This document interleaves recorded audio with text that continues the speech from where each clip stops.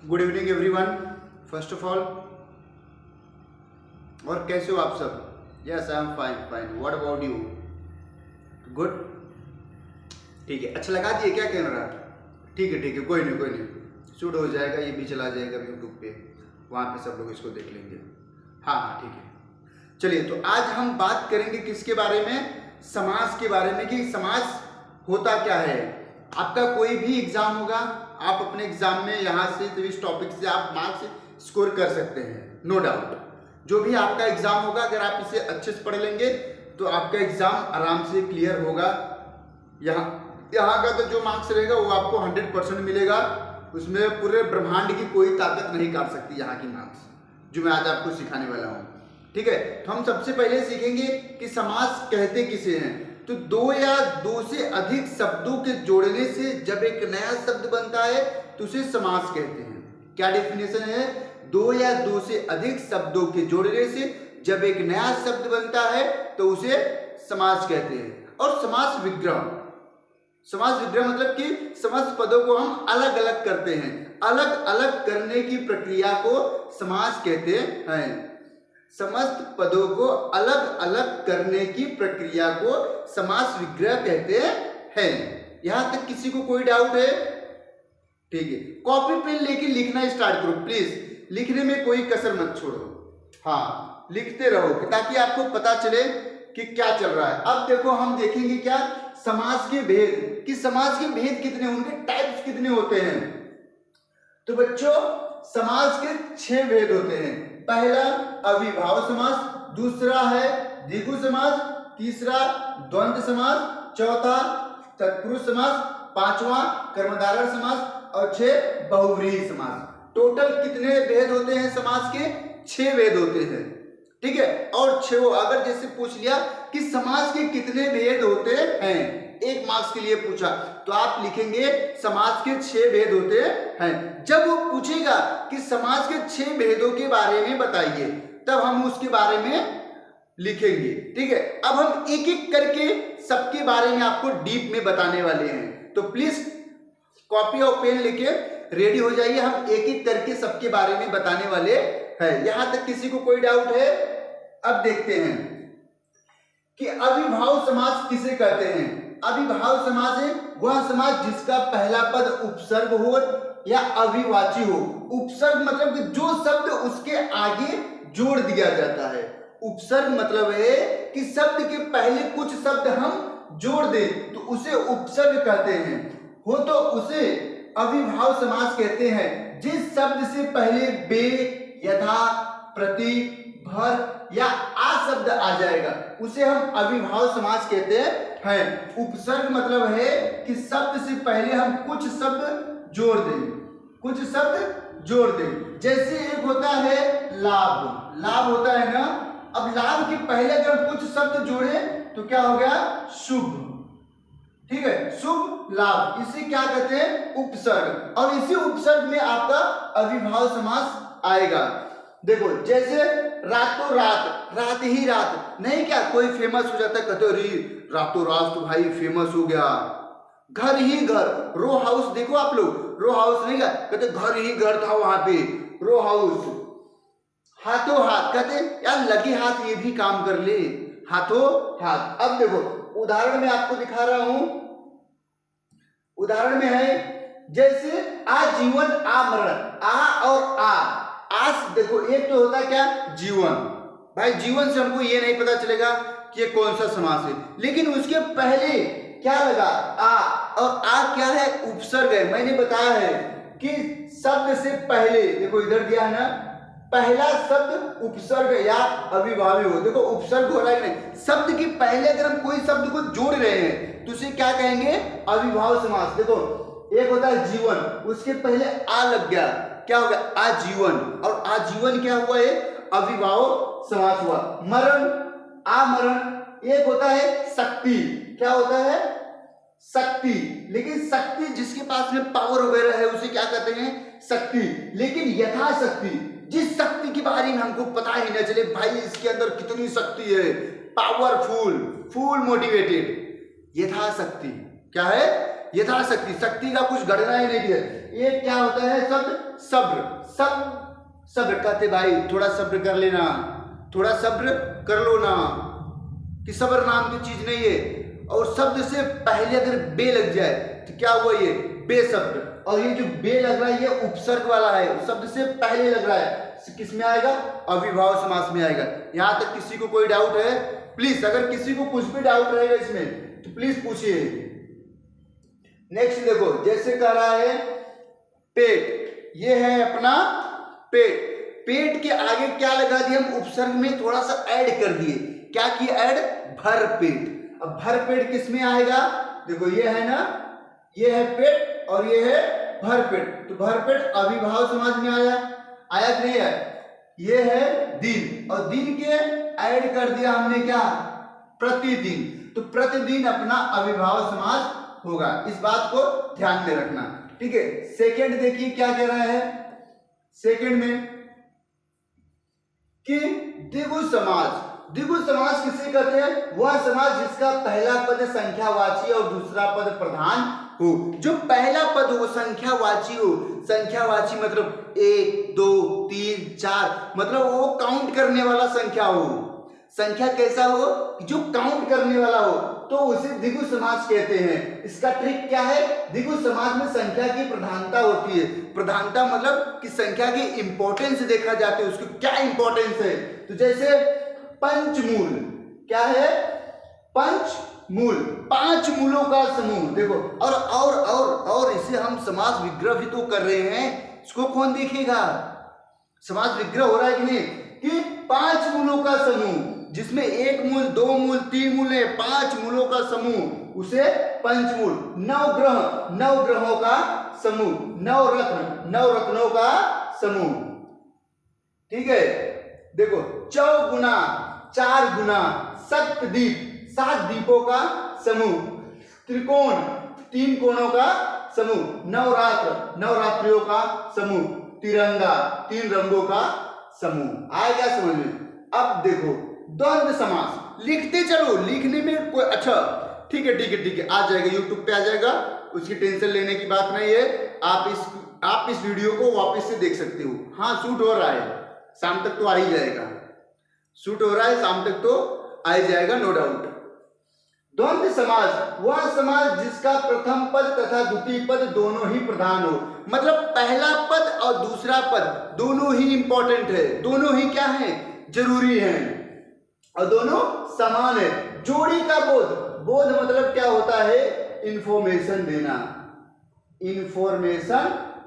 जोड़ी का बोध विलोम शब्द हो, या तो जोड़ी का शब्द भी हो और वो विलोम भी हो। जैसे भाई बहन एक जोड़ी आ रहा है, देखो भाई बहन, और अपोजिट भी हो रहा है, भाई का बहन, बहन का भाई, आग पानी, आगे पीछे, लड़का लड़की, भला बुरा, माता पिता, अपना पराया। उदाहरण में देखते हैं कि क्या दिया है। देखो उदाहरण में देखो, आपको समझ में आ जाएगा। उदाहरण है जैसे, थोड़ा मोटा ले लेंगे।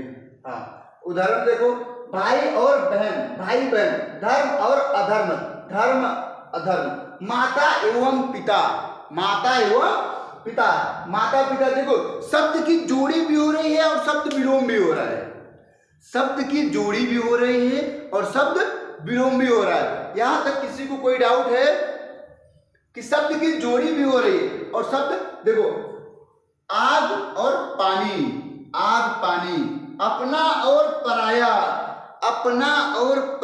ये तो सब समझते होंगे, क्या अपनी चीज है, क्या पराई है। हानि तथा अहानि, हानि और अहानि। यहां तक किसी को कोई दिक्कत है? ठीक है, देखते हैं नेक्स्ट क्या है।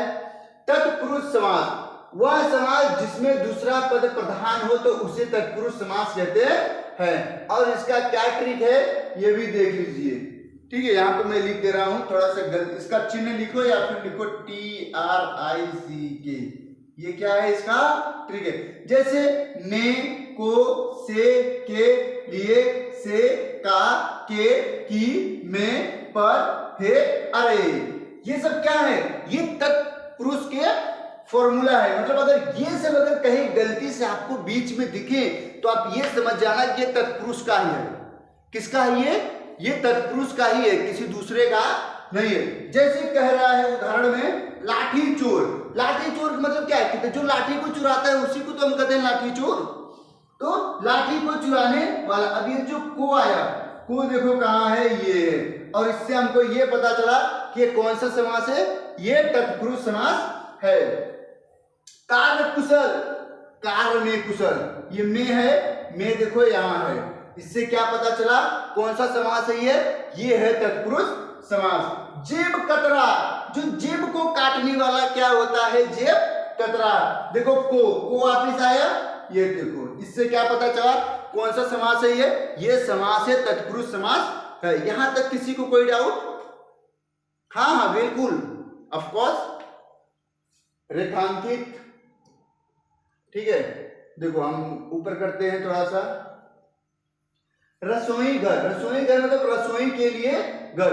परीक्षा भवन, परीक्षा के लिए भवन। अब ये जो के है, इस के से हमको पता चलेगा क्या कौन सा समास है ये समास है, तत्पुरुष समास है। उसी के बारे में तो बात हो रही है। बात किसके बारे में हो रही है, तत्पुरुष समास के बारे में ही बात हो रही है। यहां तक किसी को कोई डाउट है? अब हम बात करते हैं कर्मधारय समास की। बात करेंगे किसके, कर्मधारय समास की। कर्मधारय समास मतलब क्या, काम करने वाले क्रिया को, जो इंसान काम कर रहा है उसकी क्या विशेषता है, उसकी क्या इंपॉर्टेंट है, उसे कर्मधारय समास कहते हैं। जिसमें कुछ इंपॉर्टेंट हो, कुछ विशेषता हो। देखो दिया है ना, वह समास जिसमें एक पद विशेषण तथा दूसरा पद विशेष से हो। एक पद क्या हो, विशेषण हो, और दूसरा पद विशेष से हो, कि इंपॉर्टेंट से भी इंपॉर्टेंट हो, ठीक है, उसे कर्मधारय समास कहते हैं। इसका ट्रिक क्या है, विशेषता बताने वाले शब्द को कर्मधारय समास कहते हैं। जिस शब्द का विशेषता बताया जाए उसे कर्मधारय समास कहते हैं। यहां तक किसी को कोई डाउट है? प्लीज बोलिए। हाँ, देखो इसकी विशेषता बताएंगे।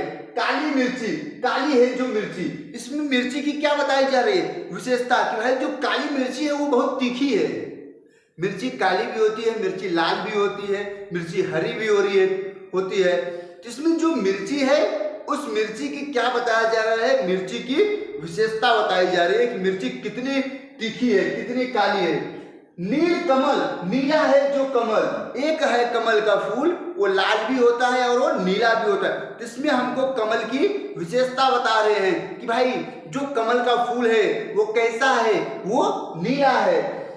नील कमल, नीला है जो कमल। यहाँ पे कमल की विशेषता बताई जा रही है कि भाई जो कमल है वो नीला है। पीतांबर, पीला है जो अंबर, अंबर मतलब आसमान, आसमान कैसा है, पीला है। नील गगन, नीला है जो गगन, गगन मतलब आसमान के बारे में यहाँ पे बात की जा रही है। आसमान की विशेषता बता रहे हैं कि आसमान कैसा है, नीला है। नील गगन, जो नीला है जो गगन, ठीक है।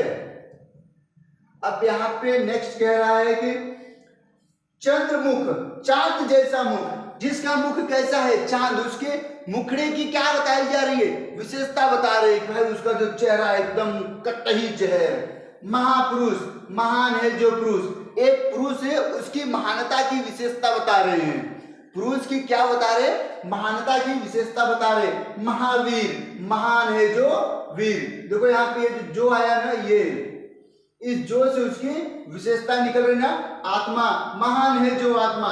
नील गाय, नीला है जो गाय। महादेव, महादेव, महान है जो देव, एक देव है और उनकी महानता की विशेषता बताई जा रही है कि महान है वो देव, महान है वो देव, महादेव, इनकी विशेषता बताई जा रही है। नेक्स्ट देखते हैं क्या है, नंबर 6। नंबर 6 बहुत इंपॉर्टेंट है।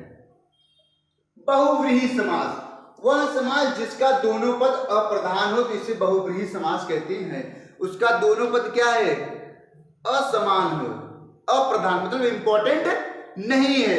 इसका ट्रिक जैसे किसके लिए आएगा, ये खासकर देवी देवताओं या वीआईपी लोगों के लिए आएगा।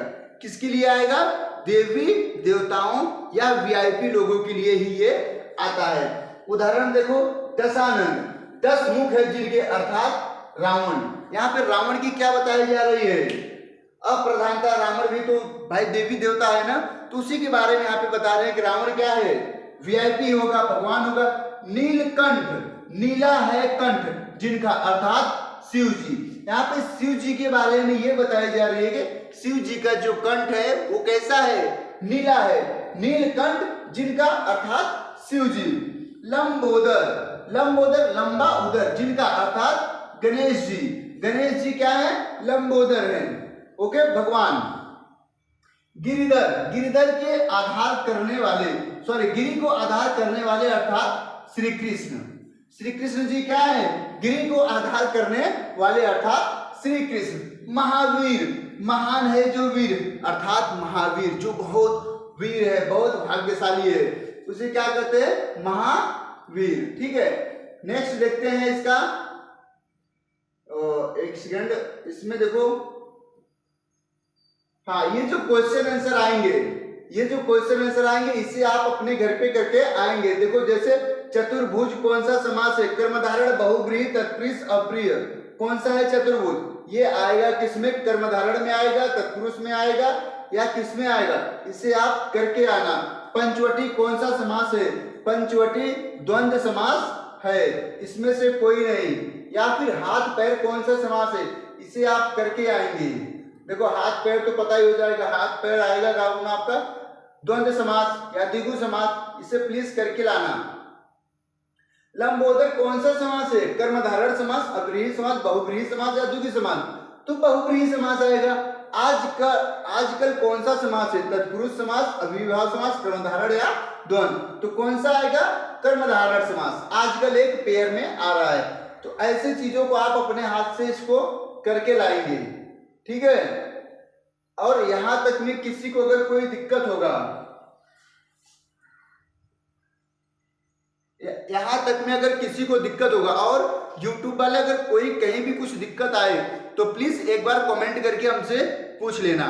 ठीक है, हाँ, अब एक काम करो, बंद कर दो, बाकी आप सब रिवीजन करो। ठीक है, कैमरे को बंद कर दो।